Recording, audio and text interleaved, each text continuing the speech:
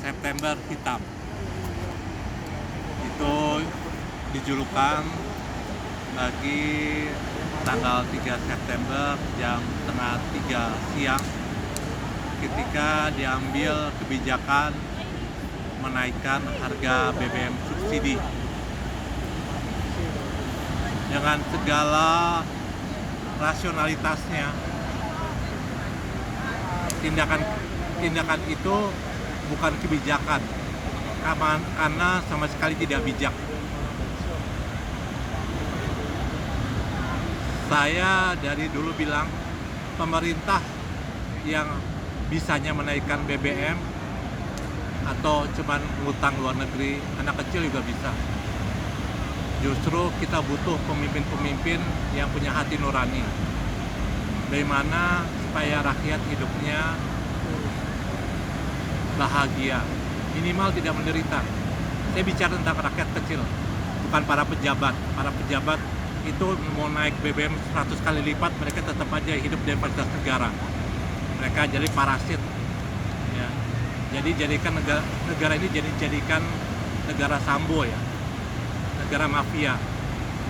Rakyat sudah cukup kecewa dengan ketahuannya lembaga penegak hukum yang begitu bobrok, yang ternyata membackingi judi online. Bayangin itu, lembaga penegak hukum yang harusnya melindungi hukum, tapi begitu kaya rayanya, dengan sangat tidak wajar karena mereka bersekongkol dengan penjahat. Ketika penegak hukum menjadi penjahat, mau jadi apa negara ini?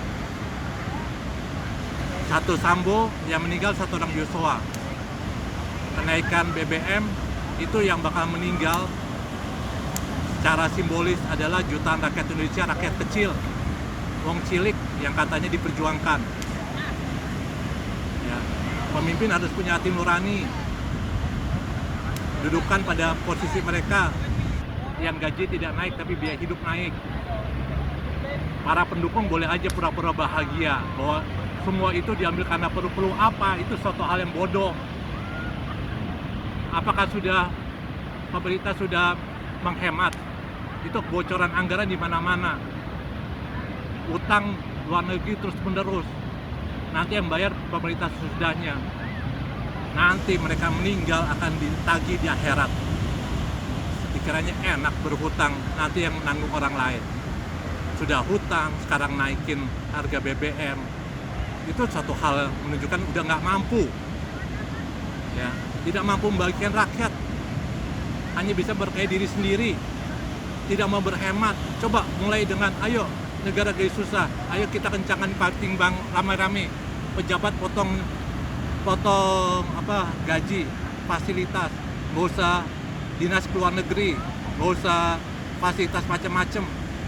Ini mereka tidak mau dikurangi satupun fasilitas, rakyat yang suruh berkorban. Kita yang rakyat yang membiayai kemakmuran pemerintah, pejabat, ya itu parasit. Buat apa negara merdeka kalau kita dijajah bangsa sendiri? Ya, kita rakyat Indonesia memang tabah, tapi kita bukan bodoh. Suatu waktu kesabaran ada batasnya. Ya, ketika pemimpin itu sudah tidak punya hati nurani lagi, rasa kasihan pada rakyat kecil, mereka tidak peduli, merasa bahwa kemiskinan hanya statistik, bukan anak-anak kecil yang menangis karena kelaparan, pada suami dan istri yang cekcok gara-gara harga, gara-gara uang untuk belanja, tagihan listrik, tagihan air, tunggakan rumah, utang mereka yang makin banyak menggunung. Semua menunjukkan bahwa rakyat Indonesia tidak tambah makmur. Rakyat mayoritas, lagi-lagi rakyat mayoritas. Ya, jadi saya bilang bahwa ini September hitam. Jadi orang boleh-boleh bitter, aman, bibir tersenyum, hati menangis. Tapi Indonesia tidak baik-baik saja ketika pemimpinnya sudah tidak punya hati nurani. Semoga Tuhan Yang Maha Kuasa melindungi negara ini. Kalau tidak, kita akan dibawa ke kondisi yang lebih buruk lagi. Itu yang menjadi harapan saya, bahwa di akhir dari kegelapan ini akan muncul satu cahaya, harapan masa depan yang lebih baik. pemimpin yang lebih punya hati nurani, yang tidak menipu rakyat, hanya baik-baik ketika pemilu, janji manis, janji diingkarin, penyebar hoax. Sebagai rakyat saya merasa marah karena terus dikadalin oleh pemimpin yang tidak punya hati nurani.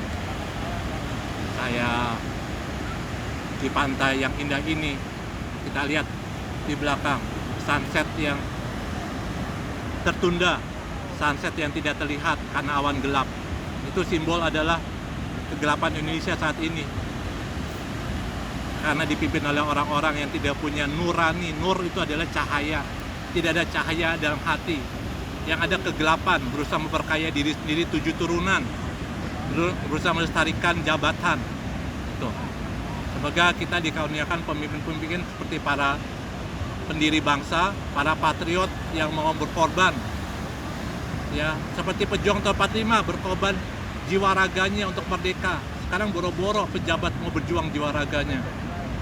Dikurangin fasilitas saja nggak mau, tetap aja mau hidup senang-senang, hidup mewah dari keringat dan tangisan rakyat kecil. Panji Kian Santang pada September hitam berduka atas kebijakan yang tidak bijak ini. Semoga Tuhan Yang Maha Kuasa memberikan jalan keluar bagi Indonesia agar keadaan tidak lebih buruk lagi. Terima kasih. Merdeka!